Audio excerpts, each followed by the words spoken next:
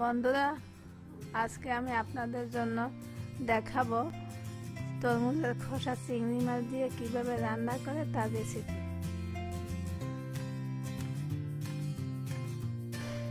প্রথমে একটি কড়াইতে তেল গরম করে তার ভিতর চিংড়ি মাছ দিয়ে দিন।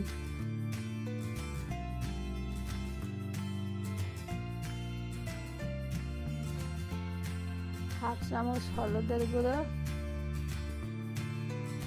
হলুদ দেওয়ার পর হাফ চামচ পেঁয়াজ বাটা দিয়ে নেড়ে চেড়ে দিন।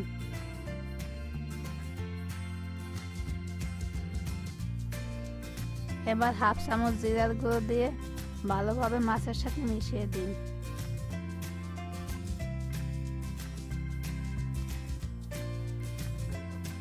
এবার দিয়ে দিলাম তরমুজের খোসা।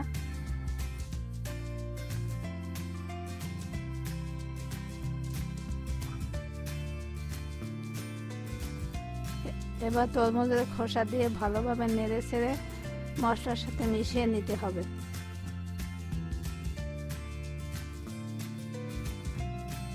এবার আমি একটা বোম্বাই মরিচের অর্ধেক দিয়ে দিলাম সন্ধ্যার ঘ্রাণের জন্য, দিয়ে একটু নেড়ে চেড়ে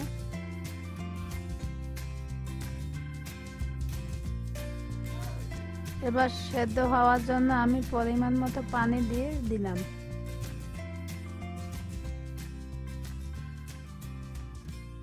এবার পানি দিয়ে একটু নেড়ে চেড়ে 15 মিনিটের জন্য সেদ্ধ হতে দিব।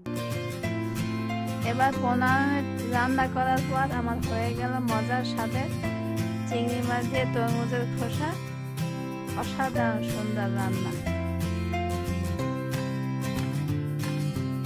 বন্ধুরা, বাসায় একবার হলেও আপনারা অবশ্যই ট্রাই করবেন।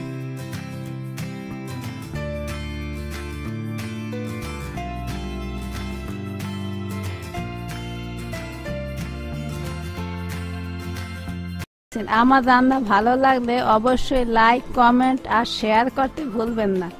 আর আমার চ্যানেল নতুন হলে অবশ্যই সাবস্ক্রাইব করুন।